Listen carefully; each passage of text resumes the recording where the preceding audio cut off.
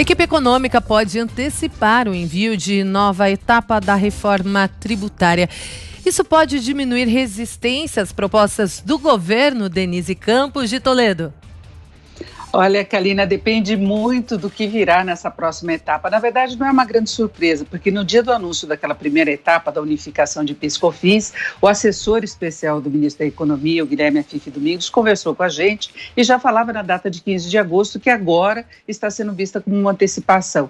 O fato é que o governo enfrentou muita resistência com relação à unificação de PIS/COFINS, com essa criação para o imposto, para o novo tributo de uma alíquota de 12%, o comércio e serviços estão reclamando muito, da mesma forma que reclamavam da unificação proposta especialmente na Câmara, que é uma PEC que já está em tramitação, prevendo uma unificação maior e que, segundo empresários do setor, também penalizaria e poderia ter impacto nos preços. O secretário da Receita, conversando com a gente ontem, disse que o governo, na verdade, está pensando na arrecadação global. Ele não acredita que haja impacto sobre a inflação, porque você pode aumentar um preço, mas, por outro lado, você tem redução de carga de impostos. Então, no reequilíbrio aí da carga tributária, no final das contas, do ponto de vista da população, a situação ficaria meio que zerada. Haveria uma simplificação, que é isso que se busca, especialmente na reforma tributária. Agora, o governo, ao lançar uma proposta, por exemplo, de desoneração da folha de salários, ele pode tornar mais aceitável aquela ideia que está muito presente, sim, de recriar alguma coisa parecida com a CPMF, que eles garantem que não é, mas é aquela transação, aquele imposto sobre transação digital. A gente percebe que já há uma certa assimilação, porque os empresários querem muito a desoneração da folha. Resta ver a resistência que haverá no Congresso. E ainda deve vir a tributação sobre dividendos aí de pessoa física, viabilizando alguma redução da carga de impostos para a pessoa jurídica. Então, no final, vamos ver como é que vai ser essa composição. O governo deve apresentar, sim, na primeira quinzena de agosto, para entrar nas discussões gerais do Congresso referentes à reforma tributária. A comissão mista vai se reunir na próxima quinta-feira e pode dar um direcionamento para toda essa discussão. E qual é o importante dado que o IBGE ainda não divulgou, Denise?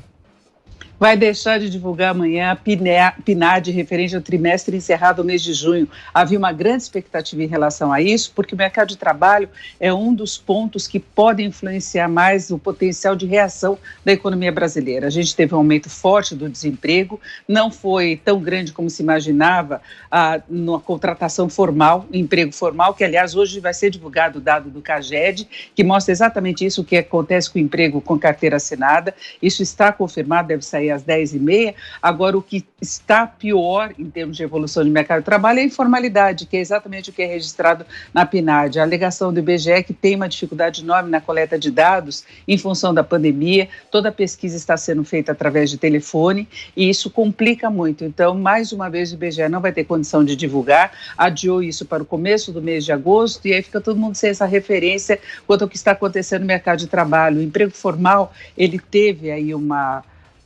um corte menor do que se esperava por causa daquele programa lançado pelo governo que permite redução de jornada, redução de salário, suspensão de contratos. Então, tudo isso segurou, deu tempo para os empresários se ajustarem um pouquinho e não saírem demitindo em função de isolamento social e interrupção de atividade. Mas aí o IBGE deixa agora todo mundo esperando até o começo do mês de agosto os dados oficiais da PNAD. E isso pode ter alguma influência no comportamento do mercado hoje. O mercado está muito na expectativa desses indicadores. É isso mesmo que eu ia te perguntar para a gente encerrar. Como é que está o mercado hoje?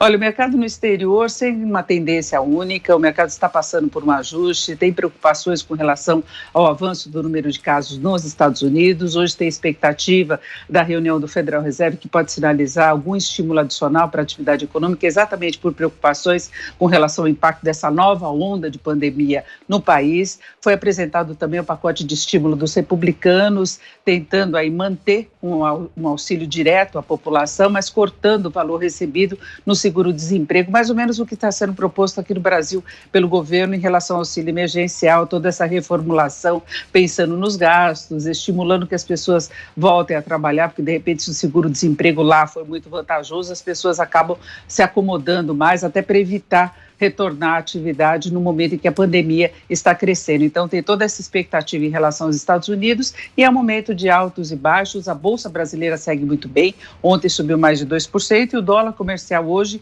em alta, sobe aqui no Brasil 0,53%, cotação de venda em R$ 5,18, Kalina. Então estão aí as informações de economia com a Denise Campos de Toledo. Obrigada, Denise.